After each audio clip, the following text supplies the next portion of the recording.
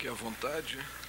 Reabertos os trabalhos, daremos sequência ao julgamento da ação civil originária 453. Senhor presidente. Sim, ministro relator, com a palavra. A exemplo do que fez o ministro Jobim, né, e justificado até pelo decurso do tempo, já são 5 anos, né, que esse voto foi trazido, vai fazer 5 anos, foi trazido ao plenário.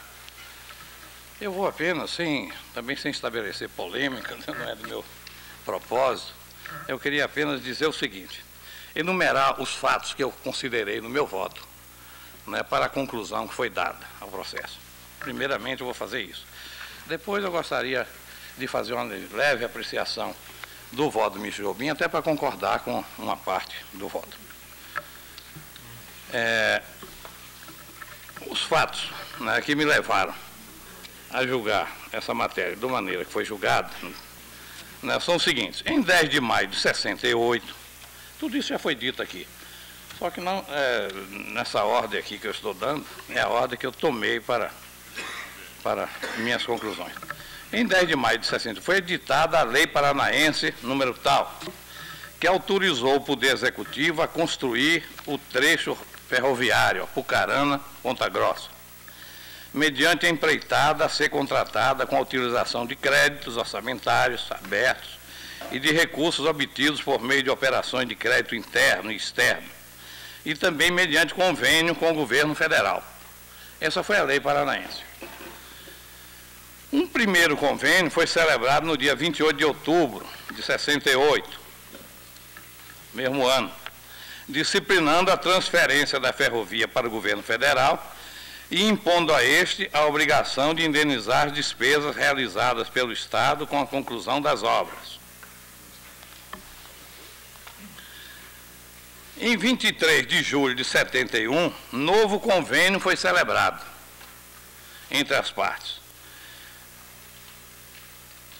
com efeito de haver rescindido o primeiro, posto que, sem mencionar a existência deste, regulou o mesmo objeto, seja, entre aspas, a construção, transferência de acervo e indenização das obras da Estrada de Ferro Central do Paraná.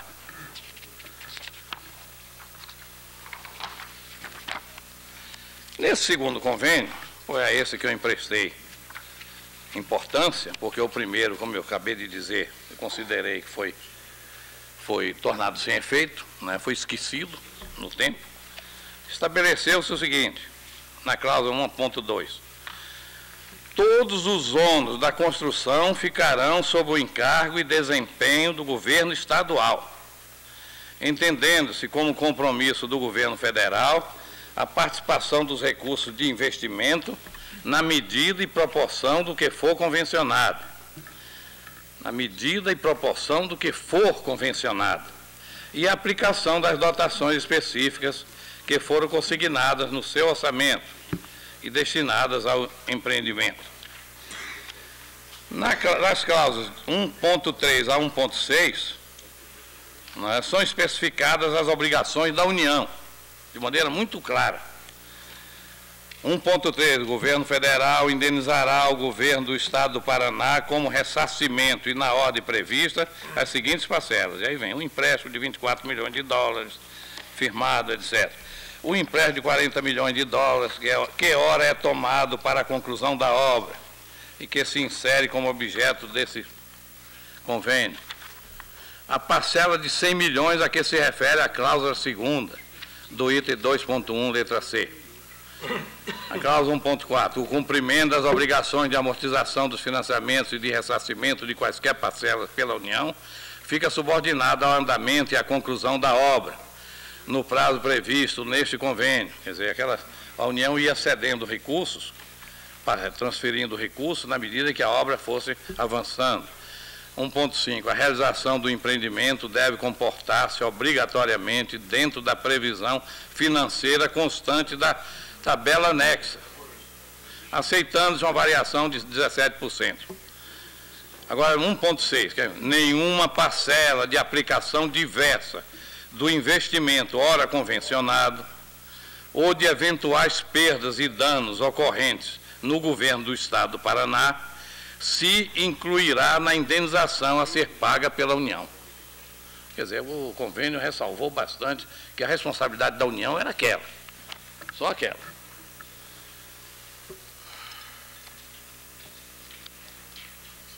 E aí vem, na cláusula 3.1, compete ao governo federal fornecer ao governo do Paraná com prioridade todos os dados relativos a projetos e especificações da obra, com obediência às normas técnicas aprovadas, leis, etc.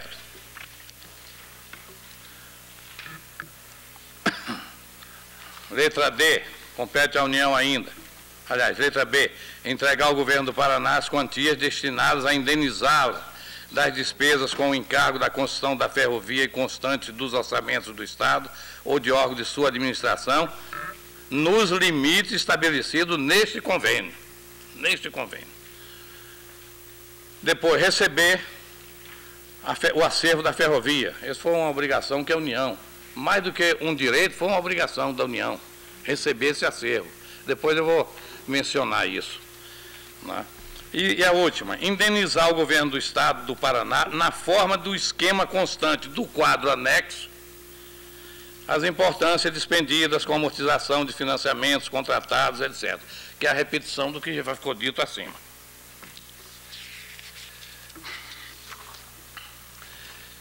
E no inciso, aliás, no item 2.2, na cláusula 2.2a, compete ao governo do Paraná suprir com meios próprios ou não os recursos que se fizerem necessário para a conclusão da obra, caso aqueles já previstos neste convênio ou em seus aditivos hajam sido insuficientes.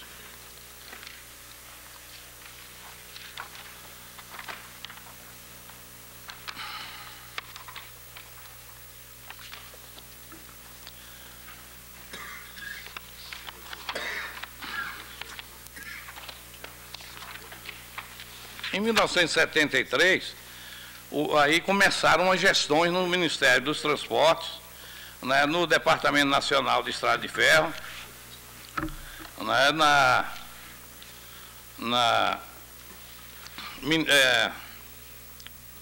eu estou pulando aqui os fatos, para depois dar um arremate. E na CEPLAN, na Secretaria de Planejamento na época, né, gestões do Estado para receber da União não o que estava previsto no convênio, mas todo o custo da estrada, inclusive as desapropriações, que não se menciona em ponto nenhum do convênio. E aí os ministros, por sua em comissão, né, interministerial, mandaram levantar o custo da obra, claro, para um eventual acerto. Né? A União, nada impedia que, como eu digo no meu voto, nada estava a impedir que a União, né, assumisse esse débito, né, apesar do convênio. Então se fez logo esse levantamento. E os dados, o Estado não concordou com esses dados. O Estado não concordou com esses dados que foram levantados.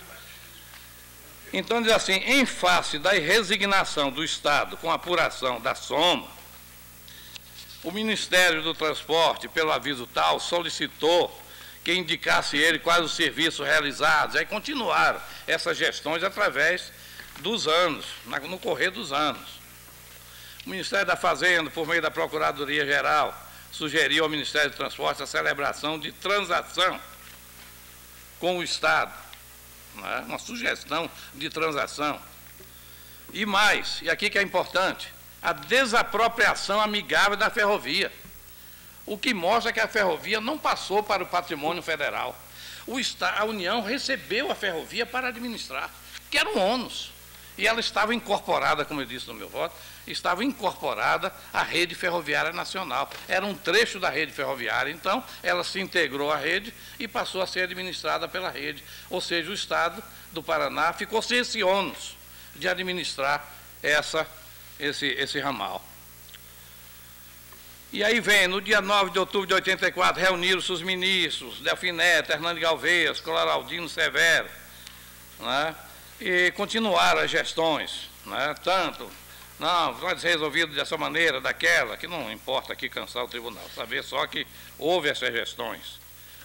Por isso mesmo é que eu disse que a preliminar de prescrição não ocorreu, porque havia gestões do governo, né? O assunto continuava, né, em voga.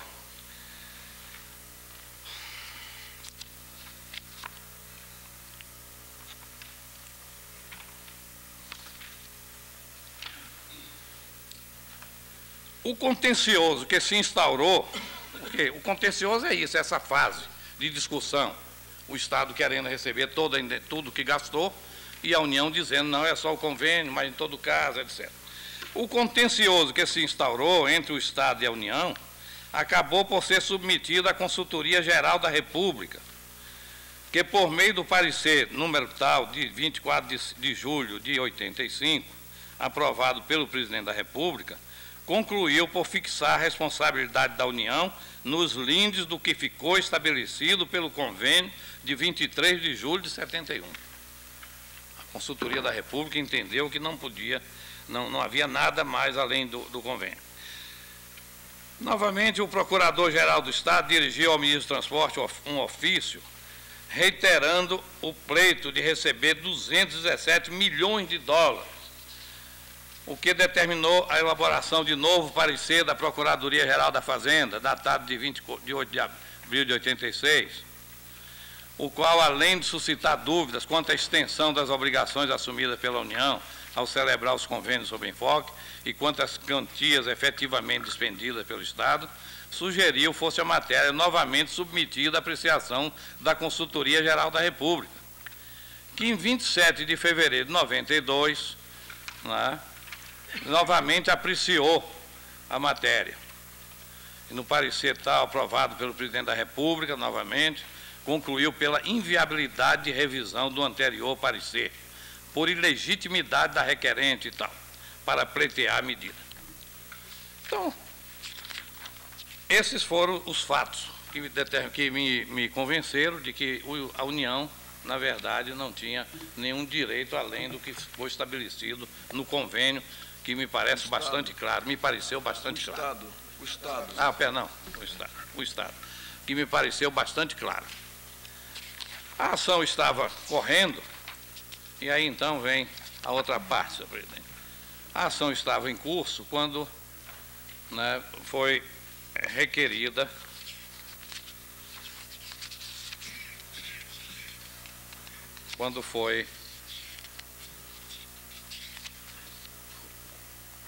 aliás, havia uma outra ação do consórcio que construiu, cobrando do Estado do Paraná, né?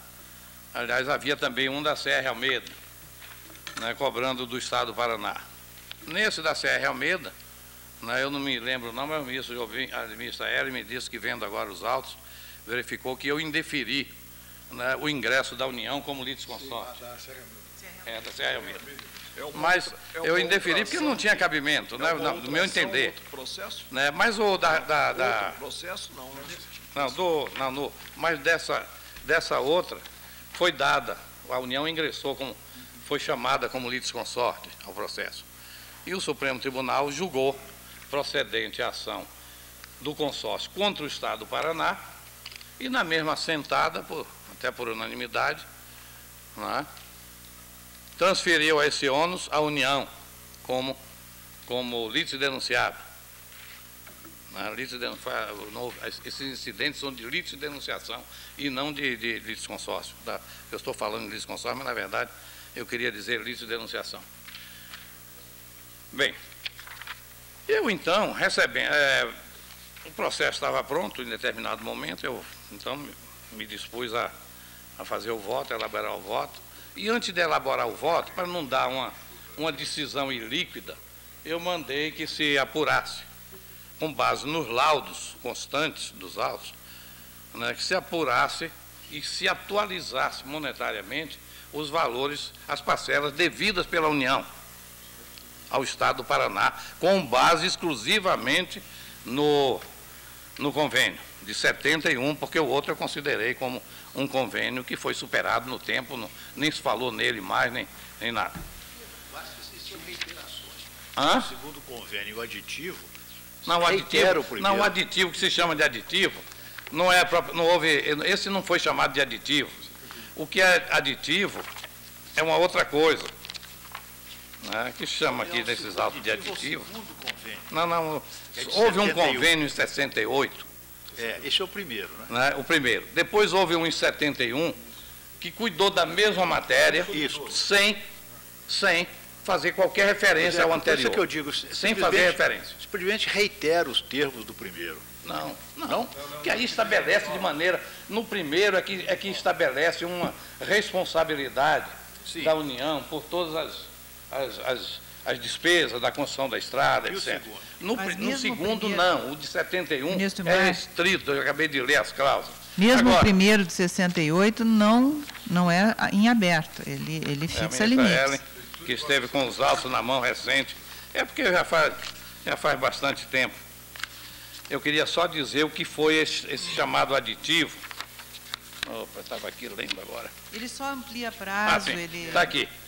Ele tem duas cláusulas, praticamente. No dia 24 de dezembro de 73, seguinte, o ministro dos Transportes e o diretor-geral do Departamento Nacional de Estrada de Rodagem, por meio de ato denominado convênio aditivo, prorrogaram o prazo do convênio de 23 de julho de 71 para 31 de dezembro de 74, dispondo ao mesmo tempo que o cronograma financeiro e demais condições necessárias à conclusão da obra serão ajustadas em instrumento obrigacional próprio, né? Isso foi isso que se chamou de aditivo, né? Esse ato praticado pelo diretor-geral do Departamento Nacional e pelo ministro dos Transportes, né? Sem na verdade, outro apoio, senão faz parte daquelas das gestões que se desenvolviam no sentido de se encontrar um denominador comum para resolver, etc.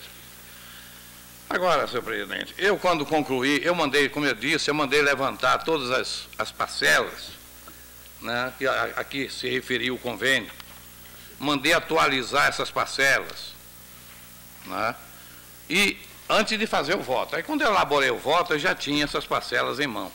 Tinha em mãos atualizado, inclusive, o valor que foi pago pela União, né, ao consórcio chamado Transcom Amurada, né, e verifiquei, porque essa União tinha o ex-advogado da União, doutor Quintão, tinha feito alusão de que a União já havia pago, por conta desse convênio, já havia pago ao consórcio Amurada muito mais do que se obrigou pelo convênio. E aí, então, no final, eu disse que a União... Coisa que o depoente não acredita, né? Que ela tenha pago a mais, né? Então, eu encontrei duas parcelas, né, de débito da União, que somam, como a ministra Ellen já mencionou, que somavam nessa data, né, a quantia de R$ 92.871.000. R$ 92.871.000 que a União devia ainda ao Estado do Paraná, né, nessa data. E aí eu comparei essa parcela com aquela que a União já tinha pago ao consórcio pelo Estado do Paraná, no valor de R$ 230.525.628. Tá? E isso, na verdade, era apenas para uma comparação, porque é certo, e agora eu tenho que admitir que o ministro Jobim aqui tem razão nesse ponto, né, que não há como compensar aqui. Né? Nós estamos apurando o débito que tem o Estado, que tem a União para o Estado do Paraná. Não houve reconvenção. Com base no convênio. Não houve reconvenção. Nem houve reconvenção, nem houve resistência da União, tanto assim que, digamos assim, o que é que poderia ter ingressado aí a União? Se tivesse convencido, etc., né, era com a rescisória e tal, não houve nada, o prazo passou, etc. Então, são 230 milhões que a União pagou, no meu entender, não, como está nos autos, pagou ao consórcio Amurada, que construiu a estrada pelo Estado do Paraná como lite denunciada, né? E um débito de 92.871 que que a União deve ao Estado do Paraná pelo remanescente do convênio. Senhor presidente, está aqui o advogado da União. Matéria de fática. É que no pedido de desistência, se afirma, se não me engano, essa compensação. No pedido de desistência. De desistência manifestado pela Transcom Amurada. É isso. Pelo Estado do Paraná. Pela Transcom Amurada quando desiste da ação. Sim, mas a tem que Amurada dar uma olhada nos autos. Isso com o assentimento de todas as partes, se não me engano. Pediria que fosse conferido esse aspecto.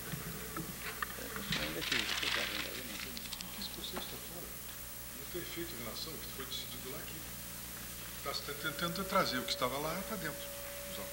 Não, houve desistência nesta ação parte do pedido que dizia respeito ao Transcom Amurada. Fizeram um acordo extrajudicial. Fizeram um acordo extrajudicial e desistiram da ação. O acordo extrajudicial entre a União Amurada e o Estado do Paraná determinou a desistência da ação, porque o que aconteceu... Como se nada tivesse existido. A União pagou direto à Amurada, fez um acordo com a Amurada. Fez um acordo, entendeu? Pagou em títulos, nos títulos especiais, né? Os títulos especiais da dívida federal. O ministro Gilmar está a concordar, é de que como lá, aqui a tese, o fundamento do seu voto, é no sentido de que restringe-se o crédito da União, aliás, o crédito do Estado do Paraná, aos valores dos empréstimos contidos no relatório de 71, então, nessa hipótese, ele diz que remanesce pelo cálculo que é feito nos autos, 82 milhões? 92. 92 milhões remanesce desse crédito. O Estado tem um crédito. Aí o ministro Gilmar trouxe aquela decisão da questão Amurada, que não tem nada a ver com a premissa. Compensou. Ele determinou a subtração. Para fazer a compensação. A subtração. Exato. Senhor presidente, Aí, o advogado geral pediria que conferisse em matéria de fato. Matéria de fato, no dia 30 advogado. de janeiro de 96, com a expressa concordância da União por intermédio do advogado-geral, foi homologada a postulação de desistência parcial do pedido inicial, verbes, relativamente aos valores reclamados pertinentes à contraprestação pecuniária assumida perante as empresas integrantes do consórcio Transcom Amurada, isto nestes autos. Portanto, nestes autos é que se admitiu a compensação do que fora pago, isso em 30 de 1 de 96. Eu pediria essa conferência, a menos que Vossa Excelência esteja duvidando. Eu estou pedindo a conferência desta peça no dia 30. Qual é a peça? De 30 de janeiro de 96. Eu não tenho aqui no memorial as folhas, mas pode ser conferido pela data.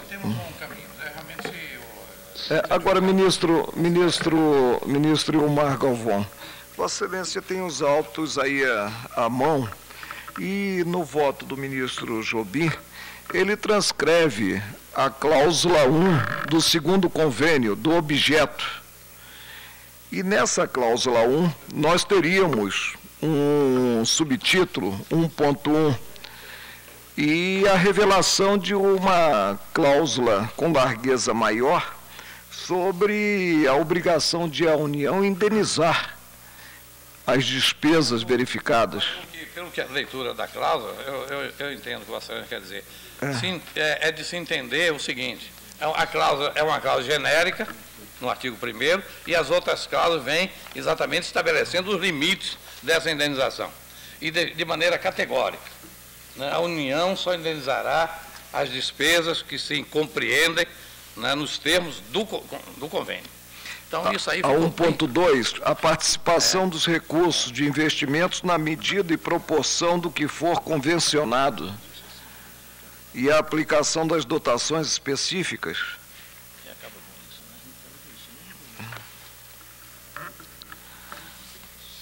Agora, senhor presidente, o ministro Jobim, que manuseou os autos mais recentemente.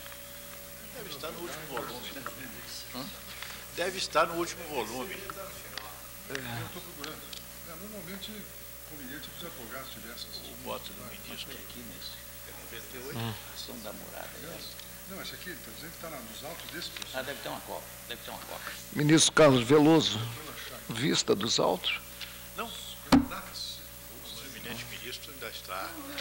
O presidente, devido a esse fato aí, que realmente pode ser relevante e que pode ter passado despercebido, se Vossa Excelência permitir. Vossa Excelência indica. Eu indico para a próxima quarta-feira. O adiamento. Amanhã ainda.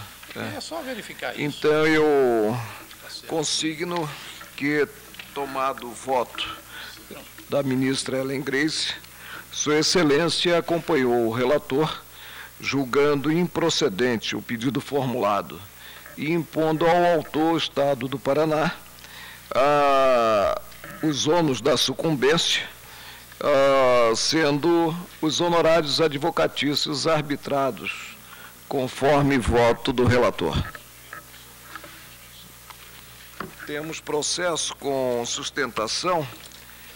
Chamo a julgamento, relatora ministra Ellen Grace, mandado de segurança 24.312, impetrante Tribunal de Contas do Estado do Rio de Janeiro e impetrado Tribunal de Contas da União. Esse aqui tem um memorial, né? O que é isso aqui? Senhor presidente, trata-se de mandado de segurança impetrado pelo Tribunal de Contas do Estado do Rio de Janeiro contra ato do plenário do Tribunal de Contas da União, decisão número 101 de 2002, que proclamou ser de competência exclusiva do Tribunal de Contas da União a fixação... Perdão.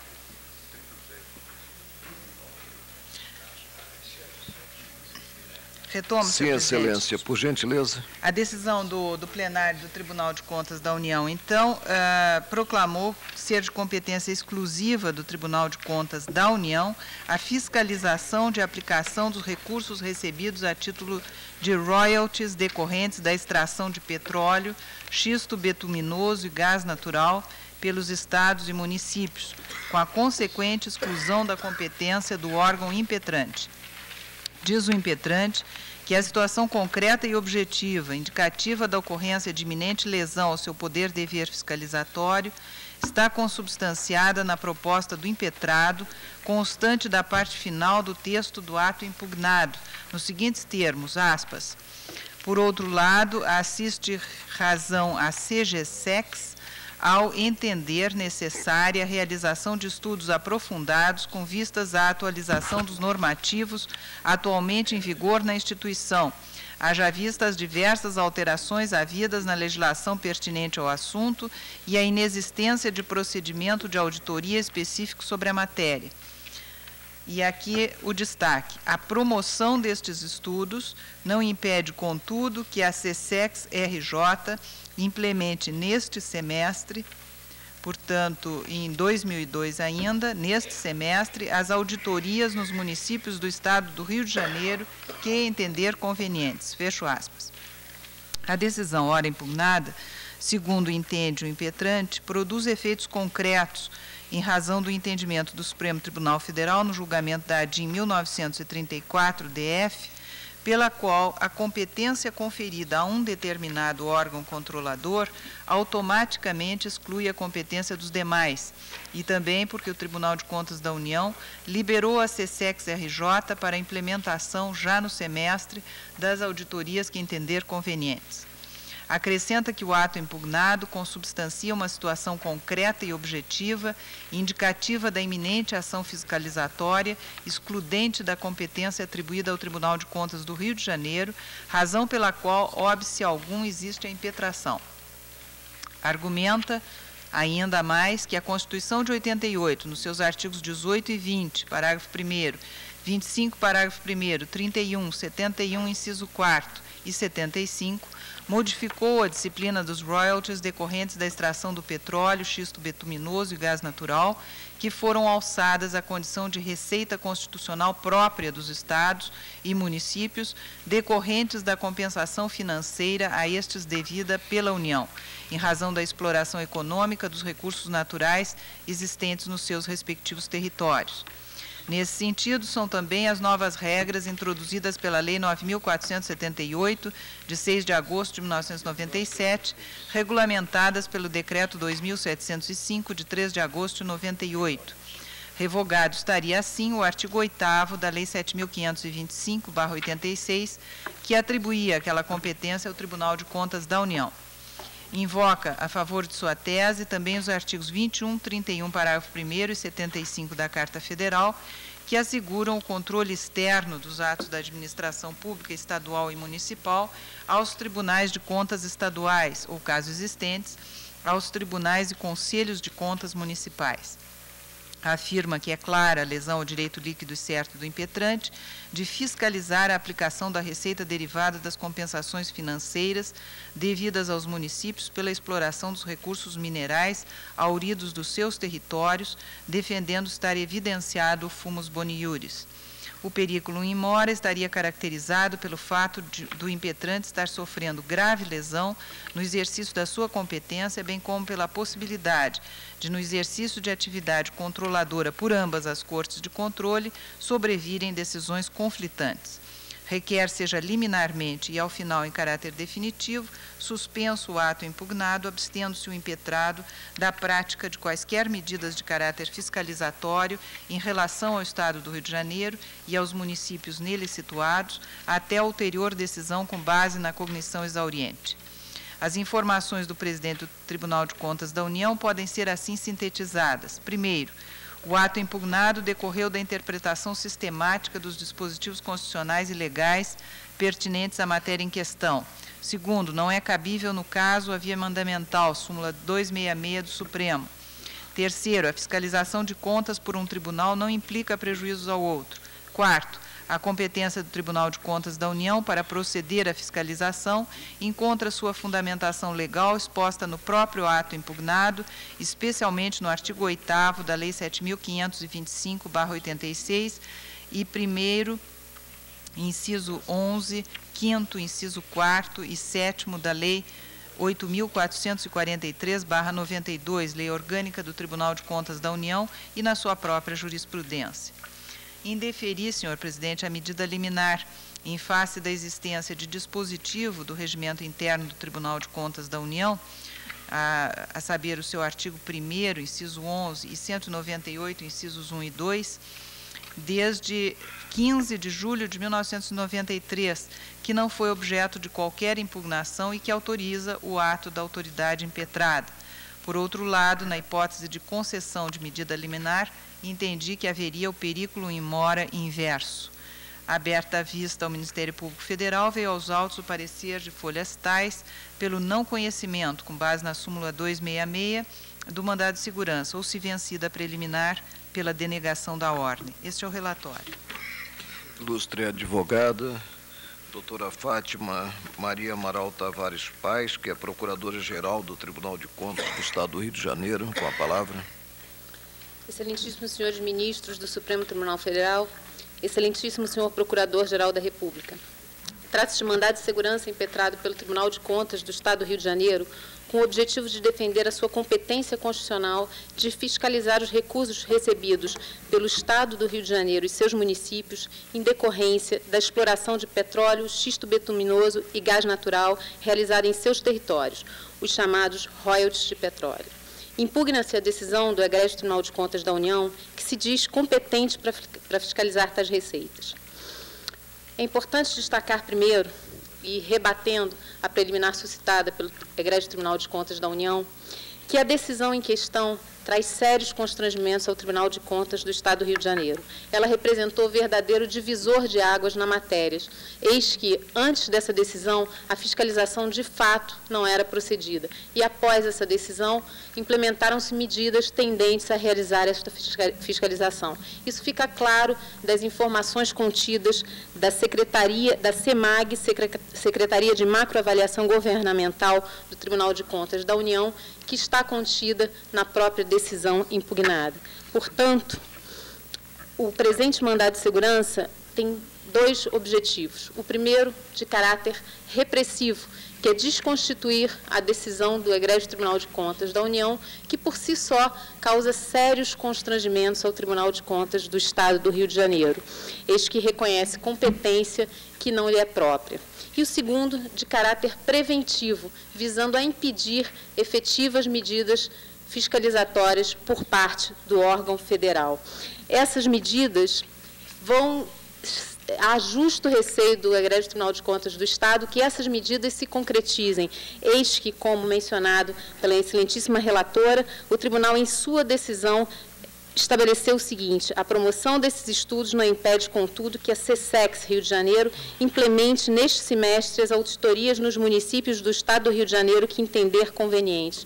Está claro o justo receio do Tribunal de Contas do Estado do Rio de Janeiro que essa fiscalização ocorra e, em ocorrendo, viole a sua competência assegurada pela Constituição. É preciso ter em mente que esse Egrégio Supremo Tribunal Federal já decidiu que, nessa matéria, a competência de fiscalização deve ser exercida de maneira exclusiva pelos órgãos de controle. Nesse passo, vale a pena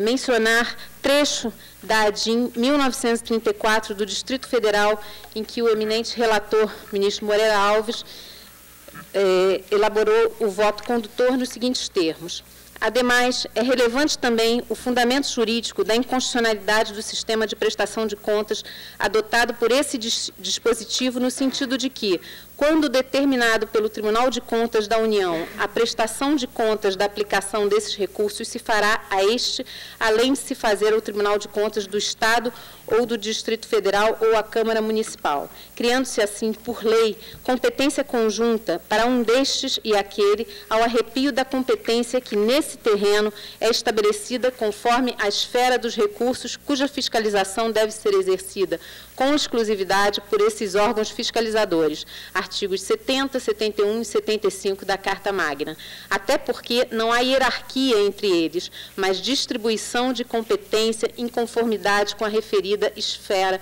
no plano federativo. Acho que fica claro que a decisão do Egrégio Tribunal de Contas da União produz, sim, efeitos concretos para o Tribunal de Contas do Estado do Rio de Janeiro e a necessidade de que esse Egrégio Supremo Tribunal Federal emita um pronunciamento quanto a essa competência, sob pena de advirem duas decisões quanto à aplicação dos mesmos recursos, o que se demonstra absolutamente indesejável. Quanto ao mérito da questão, o Tribunal de Contas do Estado do Rio de Janeiro entende que, após a Constituição Federal de 1988, que inegavelmente conferiu maior autonomia aos entes federativos, elevando inclusive os municípios à qualidade de ente federativo e restringindo o papel centralizador de recursos que a União tinha, com essa Constituição de 88, os royalties de petróleo foram elevados à categoria de receita própria dos estados e municípios. E isso fica claro no parágrafo 1º do artigo 20 da Constituição Federal, que assim dispõe: é assegurada nos termos da lei, ressalto, é assegurada nos termos da lei aos estados, ao Distrito Federal, aos municípios, bem como a órgãos da administração direta da União, participação no resultado da exploração do petróleo ou gás natural, de recursos hídricos para fins de geração de energia elétrica e de outros recursos minerais no respectivo território, plataforma continental, mar territorial ou zona econômica exclusiva, ou compensação financeira por essa exploração. Ou seja, a Constituição Federal assegurou aos estados e municípios em cujo território fosse feita a exploração dos royalties uma participação nos recursos advindos dessa exploração. Não mais ocorre como acontecia antes da Constituição de 88, quando esses royalties decorriam de disposição legal. Era uma benesse do legislador federal conceder aos estados e municípios a participação nesses recursos. Agora não. Essa participação é garantida pela Constituição Federal. O legislador da União não pode dispensá-la. Portanto, fica claro que esses recursos são recursos próprios dos estados e municípios. E, assim sendo, deve-se aplicar a regra geral de competência estabelecida no artigo 70, 71 e 75 da Constituição Federal, segundo a qual a fiscalização deve ser procedida segundo a origem dos recursos em questão. Recursos federais são fiscalizados pelo Tribunal de Contas da União. Recursos estaduais ou municipais são fiscalizados pelo Tribunal de Contas dos estados ou municípios onde houver. Violar essa regra significa não reconhecer a autonomia dos entes políticos, pois significa permitir que um órgão de controle de um determinado ente interfira num outro ente político. Isso não é desejável. Nem se diga que o artigo 71, inciso 6 da Constituição Federal daria respaldo para essa fiscalização por parte do Tribunal de Contas da União. Ocorre que esse inciso 6 trata-se de hipótese absolutamente diversa da que está em questão. O inciso 6 confere ao Tribunal de Contas da União a possibilidade de fiscalizar recursos transferidos aos estados em decorrência de acordos, convênios ou instrumentos congêneres. Não há de se admitir que uma regra constitucional seja equiparada a instrumento congênere. Portanto, é uma situação absolutamente distinta essa que está sendo tratada neste mandado de segurança da que foi prevista pelo legislador constitucional. Aqui são recursos federais transferidos voluntariamente para os estados e municípios. No caso do presente mandado de segurança, são recursos dos estados e municípios que a Constituição, que a União transfere para esses estados. É uma hipótese totalmente diferente. É interessante ressaltar também que o egrégio Tribunal de Contas da União não reconhece, não se dá como competente para fiscalizar royalties advindos da exploração de recursos hídricos, embora tais recursos, tais royalties encontrem previsão no mesmo artigo da Constituição, ou seja, são recursos de mesma natureza, mas o Tribunal de Contas da União entende que, quanto a estes, ele não é competente. E isso ocorre porque o fundamento para o Tribunal de Contas da União exercer a sua competência é infraconstitucional. O Tribunal de Contas da União, como mencionado pela excelentíssima relatora, encontra fundamento para exercer a sua competência no artigo 8º da Lei 7.525. Ou seja, entende o Tribunal de Contas da União que norma infraconstitucional pode estabelecer a sua competência, o que absolutamente não é admissível. Deve-se entender que essa Lei 7.525 foi revogada pelas novas regras da Constituição Federal de 88. Vale ainda ressaltar que o Ministério Público que atua no Tribunal de Contas da União discorda da posição do próprio Tribunal de Contas da União. Entende o Ministério Público que o Tribunal de Contas da União não é competente para fiscalizar esses recursos. Vale, pela sua clareza, mencionar os seguintes trechos da manifestação do Ministério Público na decisão que ora se impugna.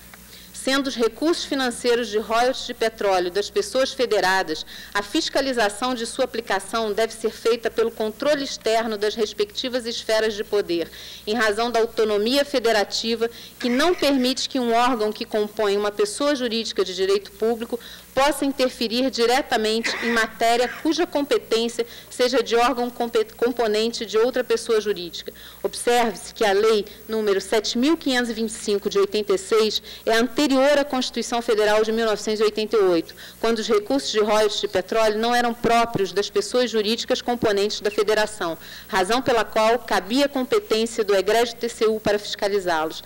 Após o advento da Constituição Federal de 88, nenhuma lei concedeu competência ao egrégio TCU para fiscalizar os royalties de petróleo, embora o decreto número 1 de 91, que a regulamentou, tenha disposto de maneira inovadora, ferindo a disposição legal e os princípios federativos. Por Por extensão, o egrégio TCU não poderia, em seu regimento interno, instituir competência fiscalizatória das participações em exame. Pelo exposto, este representante do Ministério Público, junto ao egrégio TCU, opina no sentido de que não cabe ao egrégio Tribunal de Contas da União fiscalizar a aplicação de royalties de petróleo, porque são recursos próprios das pessoas jurídicas elencadas no artigo 20, parágrafo 1º da Constituição Federal, sendo que aos seus controles cabe a esse mistério. Importa ressaltar, por fim, que esses recursos são recursos bastante representativos no âmbito do Estado do Rio de Janeiro e, para alguns municípios, chega a representar quase que a totalidade de sua receita. Portanto, ao agasalhar a tese sustentada pelo egrégio Tribunal de Contas da União, a prevalecer essa tese, retira-se quase que por inteiro a competência do Tribunal de Contas do Estado do Rio de Janeiro para fiscalizar alguns municípios que estão sob a sua alçada. De tudo, eu concluo que recursos federais devem ser fiscalizados pelo Tribunal de Contas da União. Recursos estaduais e municipais devem ser fiscalizados pelo Tribunal de Contas dos estados e dos municípios onde houver. Por isso, o Tribunal de Contas do Estado do Rio de Janeiro pede e espera seja julgada procedente a presente ação. Muito obrigada. Ministra relatora, com a palavra.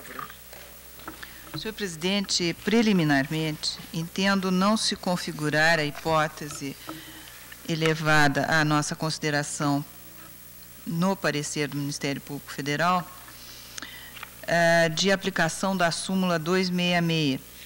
Aqui não está sendo atacada lei em tese, mas sim ato concreto do Tribunal de Contas da União, que autoriza a realização de auditorias nos municípios do Estado do Rio de Janeiro, auditorias estas que o impetrante entende serem da sua competência. Por isso, eu afasto a incidência da súmula. Eu creio não sei que se Vossa podemos Excelência prosseguir. quer destacar. Os colegas não têm dúvida a respeito, vamos prosseguir. No que diz... Sim, essa decisão que eu referi, que diz na sua conclusão o seguinte: a promoção desses estudos, são estudos que determina, não impede, contudo, que a CSEX-RJ implemente neste semestre as auditorias nos municípios do Estado do Rio de Janeiro que entender conveniente. Aí seria até preventivo quanto à resolução também baixada por ele, né? Sim, mas isso é um Ministra, podemos prosseguir. No que diz respeito ao mérito, presidente, o artigo 20, parágrafo 1º da Constituição Federal prevê a participação ou compensação financeira dos Estados, Distrito Federal e municípios no resultado da exploração de petróleo, xisto bituminoso e gás natural. O Tribunal de Contas do Rio de Janeiro entende ser da sua competência, não do Tribunal de Contas da União, o poder-dever de exercer a fiscalização sobre tais recursos. O deslinde da questão depende inicialmente, segundo entendo, de saber a quem pertencem originariamente esses recursos, se aos Estados ou à União. A leitura do artigo 20, inciso 5º e 9º da Constituição Federal, ao dispor que os recursos naturais da plataforma continental e recursos minerais são bens da União, a meu juízo, induz à conclusão de serem também da União e não dos Estados o resultado da exploração desses recursos. O fato da Carta Maior assegurar, no parágrafo 1º do mesmo dispositivo, a participação ou a compensação aos Estados, Distrito Federal e municípios dessa mesma exploração, diferentemente do que foi brilhantemente afirmado da tribuna e no bem lançado... Como? No bem lançado memorial que nos foi alcançado, o fato de que se assegure essa participação ou compensação não transforma esses recursos em receitas originárias dos entes federativos, não se confundindo também com as receitas tributárias previstas no artigo 157 e 158 da Constituição Federal. É nesse sentido o magistério que colho de Sérgio Honorato dos Santos na sua obra Royalties do Petróleo à Luz do Direito Positivo. Diz aquele autor: nesse sentido, é certo, e não temos a menor dúvida, que os recursos dos royalties são recursos federais. O fato de a Constituição assegurar aos municípios a participação na exploração ou a compensação financeira por essa exploração Participação essa tratada na legislação ordinária como indenização. A nosso juízo, do ponto de vista jurídico, tal condição não altera a natureza dos recursos envolvidos. E por quê? Porque os recursos originariamente pertencem à União e diferem das receitas tributárias indicadas nos artigos 157 e 158 da Constituição Federal, as quais, por expressa disposição, pertencem originariamente aos estados e municípios e, como tal, devem ser tratados. Embora constem do orçamento municipal como receita, há que se ter em mente que são repassados aos municípios via Secretaria do Tesouro Nacional. E mais, é uma obrigação de todos os concessionários que estão diuturnamente sob a fiscalização da Agência Nacional do Petróleo, que é uma entidade integrante da administração federal indireta, submetida ao regime autárquico especial como órgão regulador da indústria do petróleo, vinculado ao Ministério de Minas e Energia. Ademais, sua aplicação obrigatoriamente está sujeita às normas de administração financeira e orçamentária, às regras específicas estabelecidas em legislação própria e, sobretudo, em orientações emanadas do Tribunal de Contas da União, que, ex-vido o artigo 8º da Lei 7.525, tem competência para fiscalizar sua aplicação na forma das instruções por eles pedidas.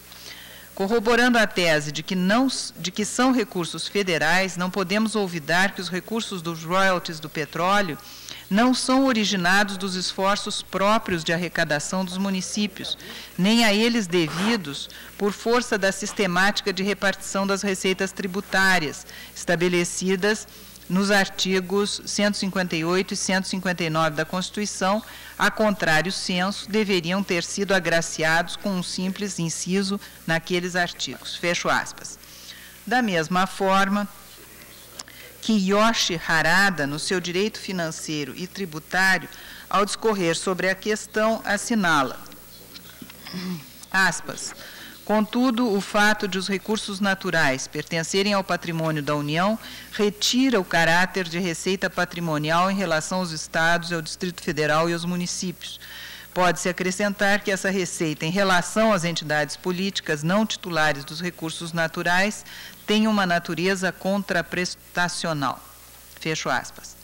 Por estas razões, senhor presidente, entendo que é, sim, da competência do Tribunal de Contas da União, na forma do artigo 71, inciso 6º da Constituição Federal e do artigo 1º, inciso 11 e 198, terceiro do Regimento Interno do Tribunal de Contas da União, fiscalizar a aplicação de quaisquer recursos repassados pela União mediante convênio, acordo, ajuste ou outros instrumentos congêneres a Estado, Distrito Federal e municípios, incluídos ou compreendidos entre esses instrumentos congêneres a compensação financeira aos Estados, Distrito Federal e municípios no resultado da exploração de petróleo, xisto betuminoso e gás natural.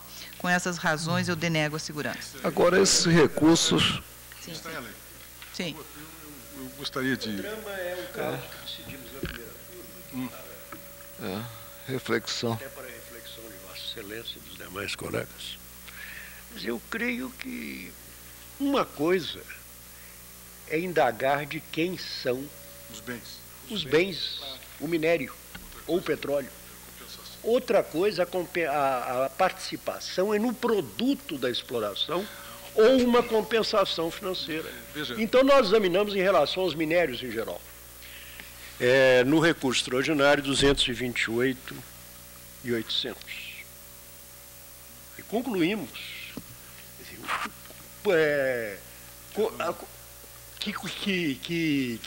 como se fez essa participação. Tipicamente, quer dizer, como percentual do faturamento da empresa concessionária. Eu não sei se é a presença da Petrobras, instrumento de um monopólio da União, que nos está levando a... Ministro, só que E eu toda gostaria a de sistemática também de arrecadação, fazer um exercício fiscalização, Agência Nacional do Petróleo. Não, mas não há dúvida. fazer um exercício. Ocorre o seguinte... Que a União administra isso. Mas, necessidade por de exemplo, é verificar. tranquilo que nas participações tributárias, por Veja. exemplo, embora toda a administração seja da União, nós consideramos isso é receita tributária. No caso, não é tributo, Eu vou... mas, a meu ver, Veja. é receita patrimonial.